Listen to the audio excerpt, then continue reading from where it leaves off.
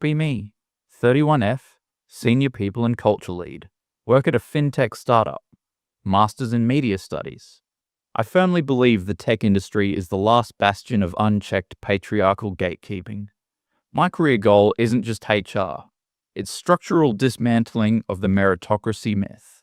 Because let's be real, merit is just a dog whistle for who had the time and privilege to learn C++ in their basement at age 13. I've been at this company for about 8 months. It's a payment processing aggregator. Boring back-end stuff, but the VC money is insane.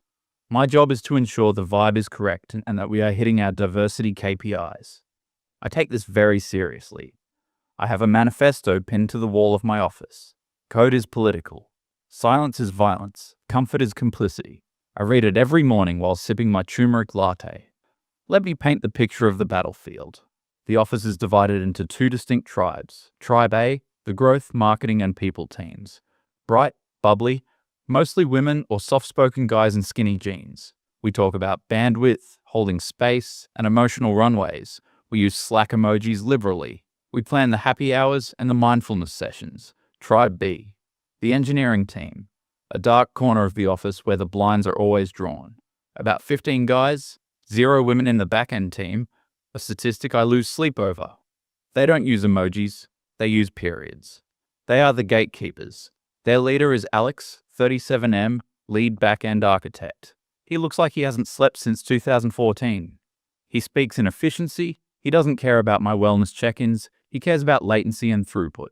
To me, Alex represents the old guard, the toxic rigor that keeps marginalized groups out of tech. He thinks if you can't code, you can't work here. I think if you bring the right perspective, the code can be taught. We are at war. A cold war, fought in Slack threads and all-hands meetings. The catalyst for the disaster starts on a Monday.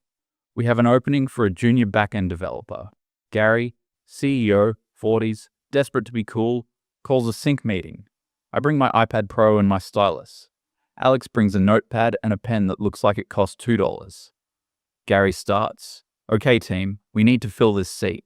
The back-end team is drowning. Alex says we're at critical capacity. Alex nods, looking at the table. Yeah, we're bleeding. I need someone who can hit the ground running. Python, heavy SQL experience, familiarity with AWS Lambda, and preferably someone who understands financial compliance protocols. I clear my throat, softly, but with authority. I wait for them to look at me. Alex, I say, with a practiced smile. That's a wish list, not a job description. And it's a wish list designed to exclude. Alex sighs. It's a heavy, tired sigh. I hate that sigh. It's the sound of a man who thinks he's smarter than me just because he knows how a computer works. Rebecca, he says. We handle money, people's mortgages. If the code breaks, people get sued. I need competence. Competence is subjective, I counter. What you're asking for is a specific type of pedigree. You're filtering for people who have had access to these tools for years. You're filtering for privilege. If we want to change the ratio in the pit, we can't keep fishing in the same pond. I turn to Gary. Gary, we talked about our Q3 goals. We want to change the face of frictionless. We have 0 women in back-end. If we post this job description with all these technical barriers, we are just going to get another Alex. Gary flinches. He knows he can't be seen as anti-diversity. Well, Gary says, shifting in his chair. Maybe we can soften the requirements. Focus on aptitude. Alex looks up, eyes wide. Aptitude? Gary, I don't have time to teach someone what a variable is. I need a developer. And you'll get one, I assure him. But we are going to hire for potential. We are going to hire for culture add, not just culture fit. I take over the hiring process. I rewrite the job description completely. Delete computer science degree required. Delete 5+ years experience with PostgreSQL. Delete must be willing to do on-call rotations. That discriminates against people with families or anxiety. Instead, I write. Are you a problem solver?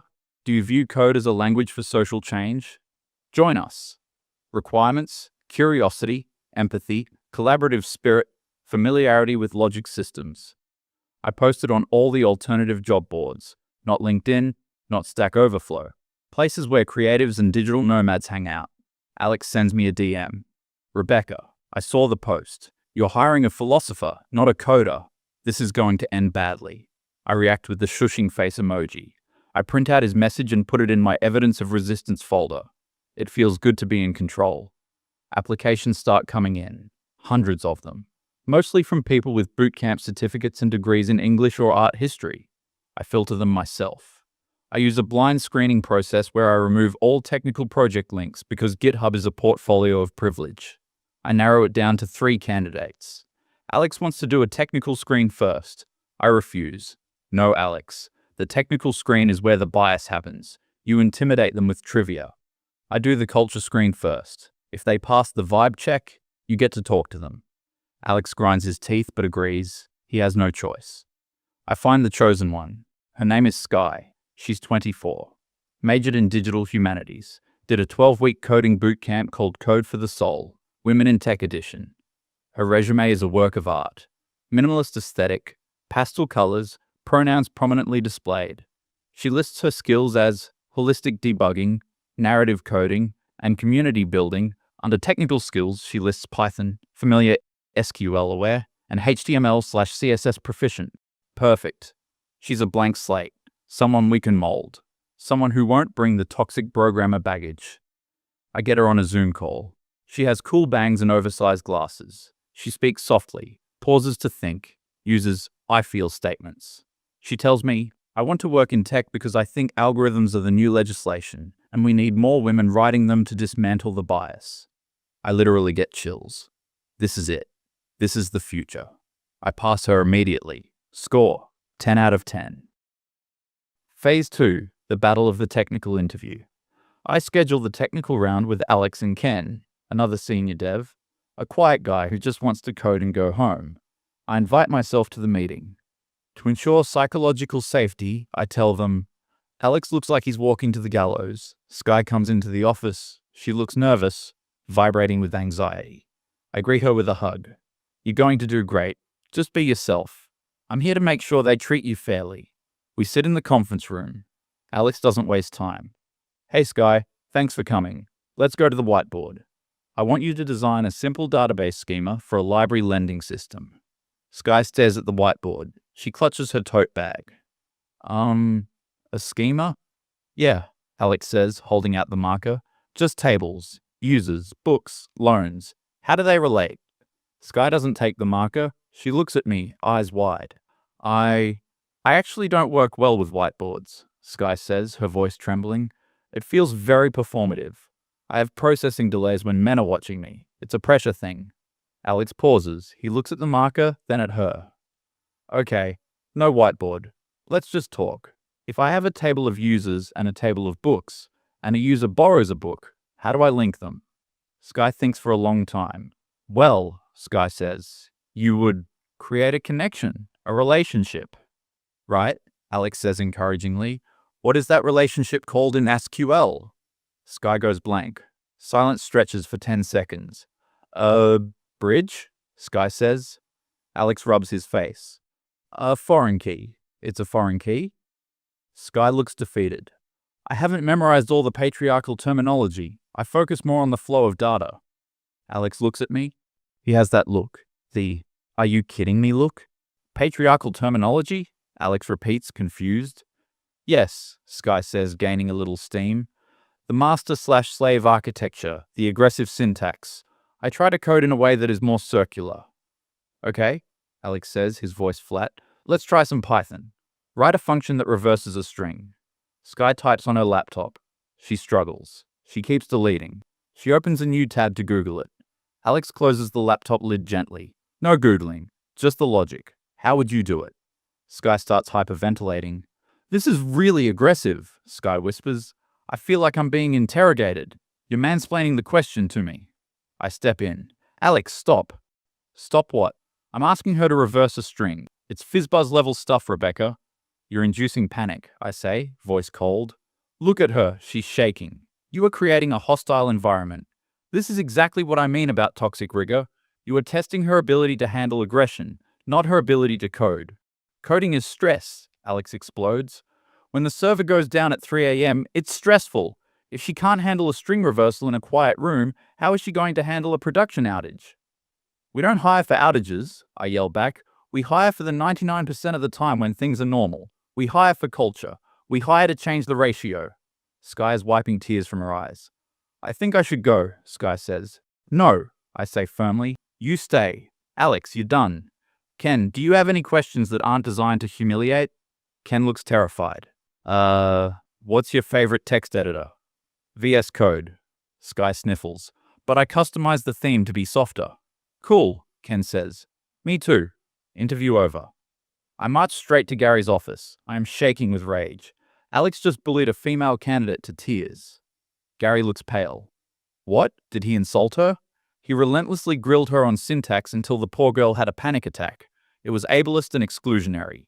If we don't hire Sky, we are sending a message that we only want neurotypical aggressive men in this company. We will be that startup. But can she code? Gary asks weakly. She can learn. I slam my hand on the desk. She has the aptitude. She has the mindset. If we support her, she will flourish. If we reject her, we are just another tech bro club. Gary caves. Fine. Hire her. But put her on a probationary period. I smile. She won't need it. Sky starts 2 weeks later. Salary, $110,000 plus equity. I make sure her desk is next to mine, not in the engineering pit. I want to protect her from the toxicity. I set up a mentor buddy system. I assign Alex as her mentor. Alex protests via email. Rebecca, I cannot mentor someone who doesn't know the basics. I'm launching the new API gateway next month. I don't have time to teach remedial SQL. I reply, leadership is teaching, Alex. This is part of your growth track. Lean into the discomfort. Be an ally. The first month is interesting. Sky is popular. She organizes a Witchy Women of Tech Slack channel. She brings in gluten-free muffins every Friday. Everyone in marketing loves her. She uses all the right buzzwords in meetings. I think we need to de-silo that information. Let's double-click on that feeling. But actual coding? Not so much. I see Alex at Sky's desk occasionally. Alex is usually pinching the bridge of his nose. I overhear snippets. No, Sky. You can't commit secrets to the repo. We talked about this. But the environment variable wasn't loading, Sky whines. So you hard-coded the AWS key? Sky, anyone with access to the repo can see that. I was just trying to make it work. You're being so critical. It's valid to try things. I swoop in. Everything okay here? Alex looks at me with dead eyes. She just published our dev keys to a public branch. It was a mistake, Sky says. I didn't know. It's a learning opportunity, I say, putting a hand on Sky's shoulder. Alex, just rotate the keys. Don't make it a federal case. You're damaging her confidence. This is why women leave tech. Alex stares at me. He doesn't shout. He just looks defeated.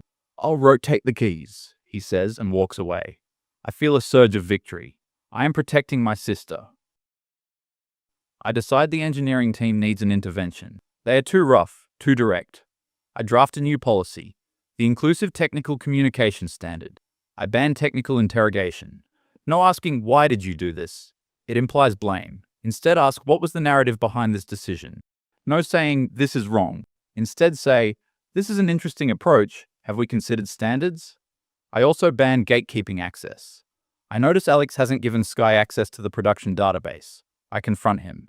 Alex, Sky has been here 2 months. Why doesn't she have prod access? Because it's dangerous, Rebecca. She doesn't understand the blast radius of her commands. You are infantilizing her because she's a woman. She is a full-time developer. Give her the keys. It's about trust. If you don't trust her, you're creating a hierarchy of worth. It is a hierarchy, Alex snaps. I have 15 years experience. She has 15 weeks. Give her the keys, Alex, or I write you up for gender discrimination and blocking professional development. Alex stares at me for a long time. He types something into his terminal. Fine. She has read/write access. It's on your head. I accept that responsibility, I say proudly. The day comes. It's 3 months into Sky's tenure. It's a Wednesday. Alex is out. Not just out, but unreachable. He's having a minor surgery. Wisdom teeth or something. Ken is on a plane to London for a conference. The engineering pit is empty except for a couple of interns and Jeremy, who is junior and terrified of everything. I am in the break room making matcha. Sky is at her desk, wearing noise-cancelling headphones, listening to a true crime podcast. Gary runs out of his office. He looks sweaty. Rebecca, where is Alex? Alex is in surgery, Gary. You know this. We have a crisis. The payment processor just flagged a compliance error. We need to sanitize a table in the database immediately, or the SEC shuts us down. It's a simple script. Alex left it in the run book. Okay, I say calmly. We have a team. I need a senior dev, Gary says. Jeremy is too new. Is Ken online? Ken is over the Atlantic. Gary, breathe. Sky is here. Gary looks at Sky. Sky is applying lip gloss. Sky? Gary asks. Rebecca, she's still onboarding. She's a junior back-end developer with full access, I say firmly. She has been shadowing Alex for 3 months. She knows the systems. Stop gatekeeping her. This is her moment to shine. Gary looks at the clock. We have 20 minutes before the audit sweep. If that data isn't sanitized, we get fined $1 million. Sky can do it, I insist. It's a script, right? Copy and paste. Don't let your bias lose us money. Gary wipes his forehead. Fine. Get her. I walk over to Sky, tap her on the shoulder. She takes off her headphones. Hey, girlie. She smiles. Hey, Sky. Big moment. Gary needs a hero. I explain the situation. Alex left a script in the company wiki. It's called sanitize_compliance_table.sql. Sky needs to log into the production database, run the script, and confirm it's done. Sky looks nervous. Production? I usually just work on the staging server. Alex said. Alex isn't here, I interrupt softly. You have the access. I fought for you to have it. This is your chance to prove him wrong. Show them a woman can handle the pressure. Sky takes a deep breath. Okay, I can do this. I'm claiming this space. Exactly, I encourage. She opens her terminal. She logs into the production server. I watch over her shoulder. The text is green on black. It looks like the Matrix. I feel a swell of pride. I put her here. I made this happen. Sky finds the script on the wiki. She copies it. She goes back to the terminal. She pauses. Wait, she says. The command line is acting weird. It's stuck. Just refresh it, I suggest. I'll just clear the buffer, Sky says. She starts typing commands. She's muttering to herself. Okay, just reset the view. She hits the up arrow key a few times. She finds a command she ran earlier. She hits enter. Text scrolls. A lot of text. Fast.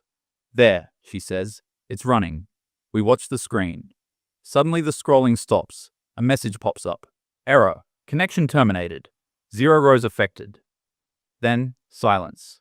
Sky frowns. That's weird. Suddenly a scream from the sales floor.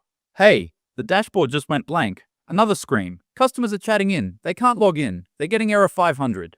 Gary bursts out of his office. What happened? The site is down. The API is returning 404s on everything. I look at Sky. She is pale. Ghostly pale. Sky, I ask, what did you do? Sky is staring at the terminal. Her hands are shaking so bad she can't type. I hit the up arrow, and I thought it was the script, but it was from my local machine history. What command was it, Sky? Gary demands, standing over us. Sky whispers, tears forming. It was drop schema public cascade. Gary freezes. He looks like he's been shot. You dropped the public schema, Gary whispers. I thought I was on localhost, Sky wails. The prompt looks the same. I didn't have the color-coded warnings because Alex didn't set up my dot files. You deleted the database, Gary says. His voice is eerily calm. You deleted the entire application state. Users, transactions, balances, everything. I can undo, Sky cries. There has to be a way. There is no undo for a drop cascade on production, Gary screams. I step in, instinct taking over. Gary, do not yell at her. She made a mistake. It's a UI issue. Alex should have made the production prompt red. This is a system failure. Alex isn't here. Gary roars, spit flying. You are here, and you hired her, and you forced me to give her access. Panic mode. Real panic. Not we ran out of oat milk panic. Money panic. Gary grabs his phone. He calls Alex. Speakerphone. Alex answers, voice groggy, clearly on painkillers. Emla. Alex. It's Gary. Sky ran a drop schema cascade on prod. Silence. The longest silence of my life. I hear a rustle on the other end. Tell me you're joking. I'm not. It's gone. Everything. The site is a white screen. We hear Alex inhale sharp breath. Is the replica safe? I don't know. How do I check? Get off the phone. I'm logging in. Don't touch anything. Do not let Sky touch anything. Click. The next hour is a blur. The office is dead silent. People are whispering. Sky is crying at her desk, mascara running down her face, head in her hands. I try to comfort her. It's okay, sweetie. It's a systemic failure. It's not your fault. They set you up to fail. But I know it is, and I know it's mine. I look at the screen. It's just a blinking cursor.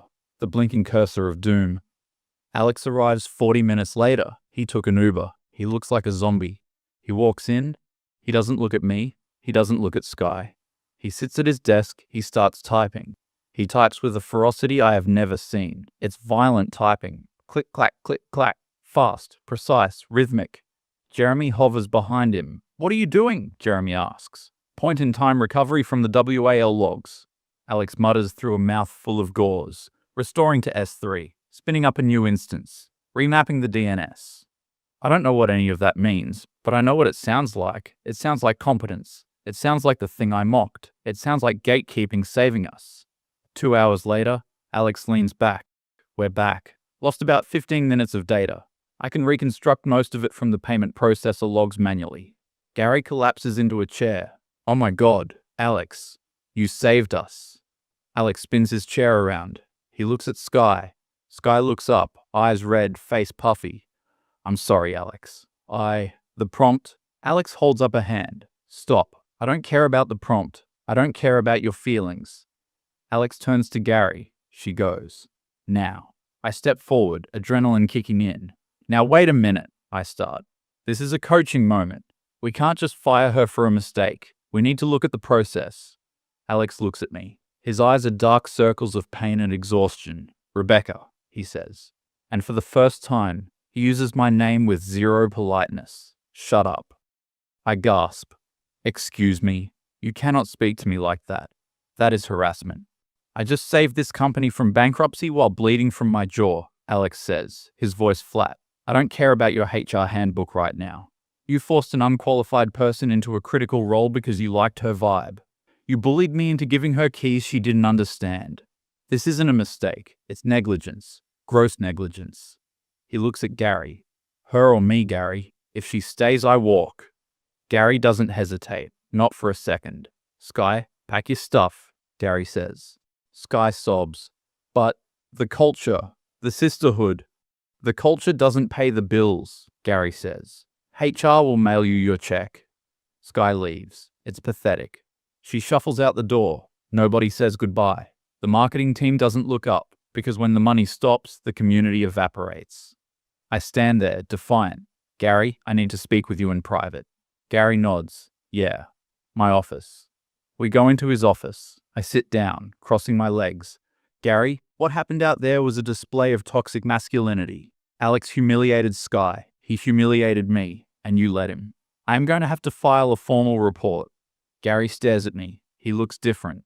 The cool CEO mask is gone. He looks like a businessman who just lost $50,000 in 2 hours. "Rebecca, there isn't going to be a report." "Oh, there will be. And if you retaliate..." "I'm not retaliating," Gary says. "I'm restructuring." He slides a paper across the desk. "We're eliminating the people and culture division." I blink. "What? You can't. Who will handle the ERGs, the inclusion workshops?"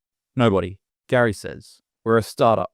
We need code that works and sales that close. We tried it your way. We tried the soft skills first approach. It almost killed the company." "So you're firing me because of her mistake?"